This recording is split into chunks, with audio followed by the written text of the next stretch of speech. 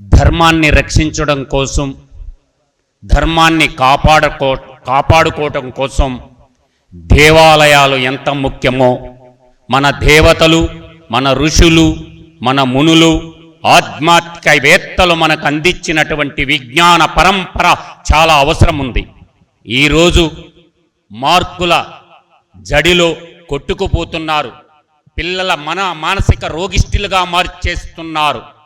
మన యొక్క పురాణ ఇతిహాస గాథలో ఎన్నో గొప్ప ఇలువలను నేర్పిస్తే ఆ ఇలువలకి దూరంగా మన విద్యార్థులను పెంచుతుంటే బాధాతర్ప హృదయంతో ఘోషిస్తుంది నా హృదయం.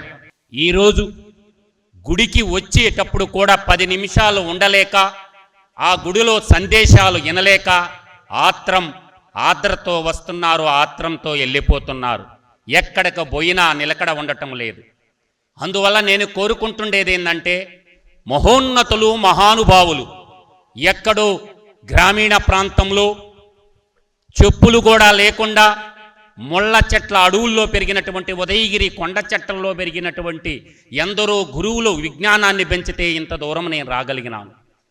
దేశానికి సమస్య వచ్చినప్పుడు ఈరోజు స్త్రీమూర్తిని కంటే స్త్రీనే కనాలి, ఆడబిడ్డనే కనాలి, ఇంటే రామాయణం మహాభారతాలే వినాలని చెప్పినటువంటి ఈరోజు స్త్రీ లేకపోతే ఈ సృష్టే లేదు. అందువల్ల ప్రతి ఒక్కరు కూడా ఎక్కడ స్త్రీమూర్తి అవుపాడినా చేతులెత్తి నమస్కరించాలని చెప్పి ఆడబిడ్డలకు మనకు బతుకునిచ్చినటువంటి బతుకమ్మలు మన అమ్మలు. మన అమ్మని గౌరవించుకోకపోతే, మన ఆది పరాశక్తిని పూజించుకోకపోతే మనం మడుగడే లేదు. ఈ సృష్టికి మూలాధారమైంది స్త్రీ. అటువంటి మన సత్యవాణి అమ్మవారికి శిరసా వంచి నమస్కరిస్తున్నాను.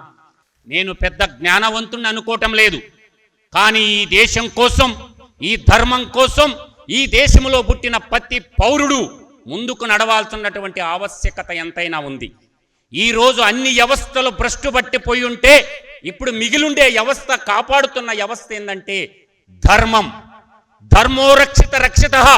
ప్రపంచంలో ఎవరో చెప్పరు, సత్యమేవ జయతే, సత్యం మాత్రమే విజయం సాధిస్తుంది, ఇక ఏది విజయం సాధించదని చెప్పింది మన ధర్మం. లోకా సమస్త సుఖినో భవంతు అన్నారు.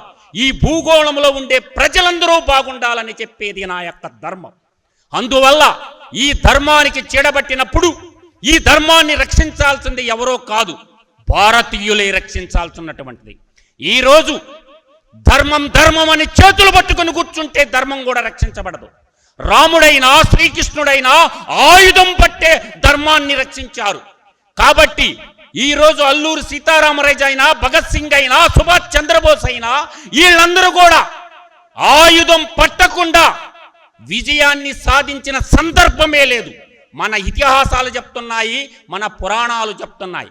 కానీ ఆ ఆయుధాలను ఎలా వాడాలన్నదే మనకి అస్త్ర శస్త్ర విద్యలన్నీ మన పురాణ పురుషులు రామాయణ కాలం నుంచి, మహాభారత కాలం నుంచి, వేద కాలం నుంచి మనకు అందించారు. ఆ విజ్ఞానానికి దూరంగా జరిపి A+B² వెళ్ళిపోయింది. అందువల్ల నేను ఒక్కటి చెప్తున్నాను, ఎంతోమంది మహానుభావులు పుట్టినటువంటి ఈ గడ్డలో మని పునర్జీవింప జరగాలి భారతీయ తత్వాన్ని. ఈ పునర్జీవించబడి ప్రపంచానికి ఇది రానా భారతీయ తత్వం.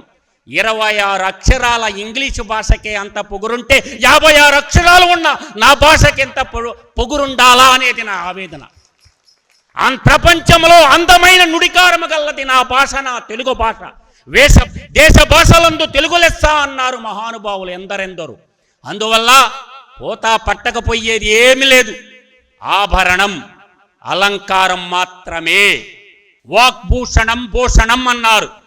వాక్ శుద్ధి ప్రపంచాన్ని మార్చగలదు, మూర్ఖుడు కూడా మార్చగలదు. కాబట్టి అందుకే చెప్తున్నాను, విద్యానామనరస్య రూపమధికం ప్రచ్ఛన్న గుప్తధనం విద్య యశస్సుకరీ భోగకరీ విద్య గురుణాం గురురః విద్యా బుద్ధజనో విదేశగమనే పరదేవత రాజ్య సానుపూజ్యతే నహిం ధనం విద్యాహీన పశువః అన్నారు మహానుభావుడు.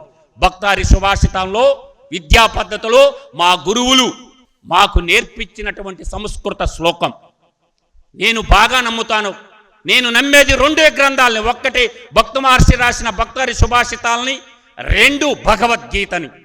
భగవంతుడి చేత ఉద్బోధించబడినటువంటి భగవద్గీత 700 శ్లోకాల్లో మీ బిడ్డలకి రోజు 2 లైన్లు నేర్పించమంటున్నాను. రాచి చూపించమనండి. కెమిస్ట్రీ, ఫిజిక్స్, ఇంగ్లీషు, మ్యాథమెటిక్స్ కాదు.